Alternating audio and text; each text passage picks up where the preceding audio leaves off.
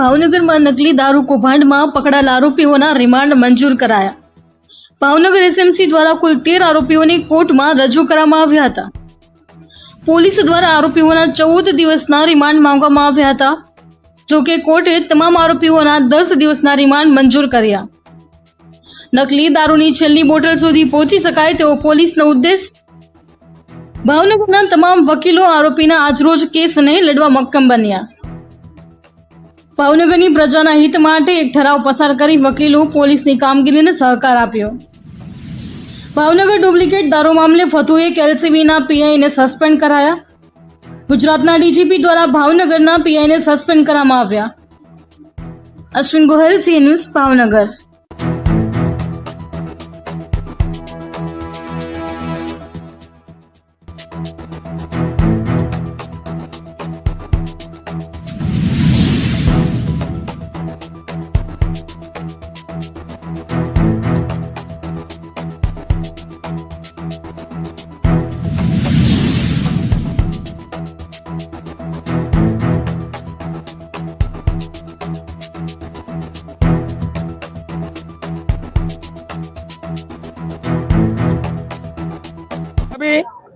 मैं Bhavnagar bar association में छेल्ला 8 वर्ष क्रिमिनल बार एसोसिएशन प्रमुख तरीके और सिविल बार एसोसिएशन प्रमुख तरीके काम कर्યું છે।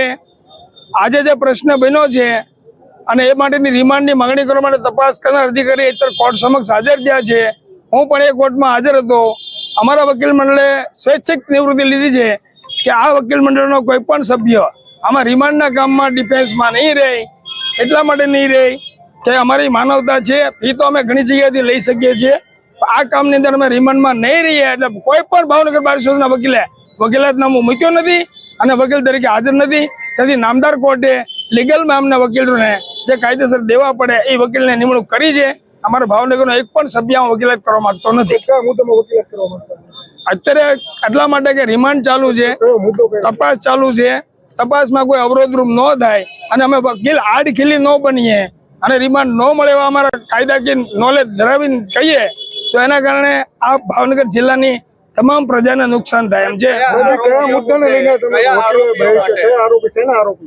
અત્યારે લઠ્ઠાકાંડના જે આરોપીને પકડ્યા છે અને એમાં 13 ને રજૂ કર્યા છે, બાકીના પકડવાના બાકી છે। અને આ કામની અંદર અમે ભાવનગર બાર એસોસિએશન ઠરાવ્યું છે કે વકીલ મંડળમાં આ કામની અંદર અમે વકીલાતના પૈસા કમાવા નથી માંગતા।